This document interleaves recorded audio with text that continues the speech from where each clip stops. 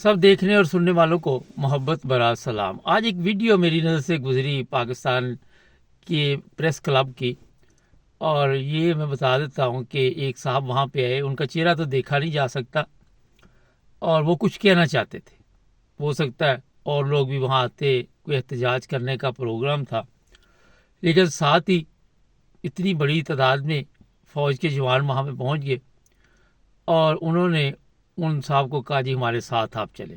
وہ جانے کے لیے تیار نہیں تھے، لیکن پھر بھی ان کو زبردستی وہ لے گئے۔ 10-12 پولیس والے تھے، کیونکہ وجہ یہ تھی کہ میڈیا تھی، سامنے کیمرے تھے۔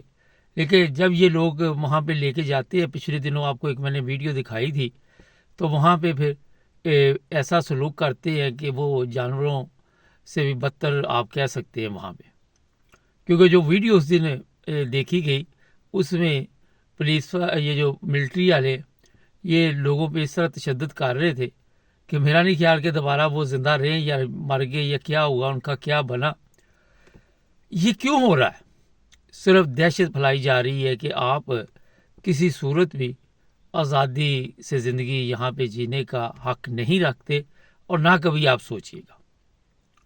ناظرین، پاکستان میں اس وقت حالات اتنے خراب ہیں۔ میری یہاں پہ بے شمار لوگوں سے 3-4 دن میں ملاقات ہوئی، اور وہ سیاسی گفتگو بھی کر رہے تھے، سیاسی صورتحال پہ بھی بات چیت کر رہے تھے، مگر تقریباً سب کا یہ کہنا تھا کہ جناب پاکستان جس طرف جا رہا ہے، اگر ایک بندے نے بھی آ کے اس کو کنٹرول ایسے بندے نے نہ کیا جو پاکستان کا مخلص ہو، جو پاکستان کے لیے درد رکھتا ہو، تو پھر ہو سکتا ہے کہ بہت دیر ہو جائے، اور جو قربانیاں دے کے پاکستان حاصل کیا تھا وہ سارا پروگرام جو ہے، ساری محنت جو ہے وہ ضائع ہو جائے۔ گرفتاریوں کا یہ سلسلہ جو چل رہا ہے، اور پھر یہیں تک بات نہیں ختم ہوتی۔ اب عام بندے کو تو یہ گرفتار کر لیتے ہیں۔ ابھی ایک پولیس والے کی ویڈیو میں دیکھ رہا تھا، اس کو ڈاکو اٹھا کے لے گیا۔ وہ بھی میں تصویر لگا دیتا ہوں اوپر بورڈ پہ۔ وہ کہتا ہے مجھے بچاؤ ان سے۔ ڈاکو ان کو پچھلے دنوں آپ نے سنا ہوگا 12, 14, 20 پولیس والے جو تھے ان کو مار دیا ڈاکوؤں نے۔ ان کے پاس جدید اسلحہ ہے، ہر چیز ہے، کہاں سے آئی؟ ہم تو کہتے ہیں جی ہماری بارڈر پہ تو جو فوج ہے وہ تو بڑی سخت ہے، تو یہ سامان سارا کیسے وہاں سے نکل جاتا ہے؟ ڈاکوؤں سے پولیس محفوظ نہیں، پولیس سے عوام محفوظ نہیں، اور آپ کو پتہ ہے پورا ملک کن لوگوں سے محفوظ نہیں، یہ بتانے کی آپ کو ضرورت نہیں ہے۔ ڈاکوؤں کا مقابلہ یہ لوگ نہیں کر سکتے، لیکن عام پبلک کے اوپر تشدد کرنا، یہ جو 7 لاکھ فوج ہے ہماری، ادھر جائیں، جا کے وہ ڈاکوؤں والا تو سیاپا ختم کرے۔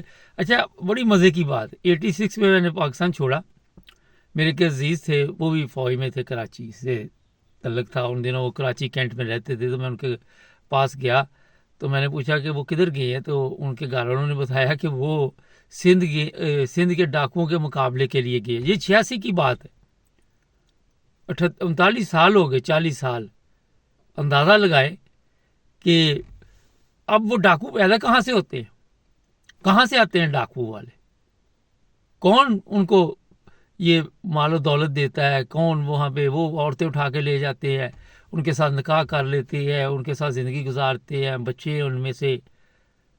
یہ بڑے سوالات ہیں اگر دیکھے جائے تو جناب آج آپ پاکستان میں جو حالات دیکھ رہے ہیں، ایک عام شہری کس اذیت سے گزر رہا ہے، آئے دن اس کی سوشل میڈیا پہ آپ کو تصویریں ملتی ہے، کس طرح لوگ خودکشی کر رہے ہیں، کس طرح لوگ اپنے جو جان سے ہاتھ دھو بیٹھتے، تو سمجھ سے باہر ہے کہ یہ ملک کس طرف جا رہا ہے۔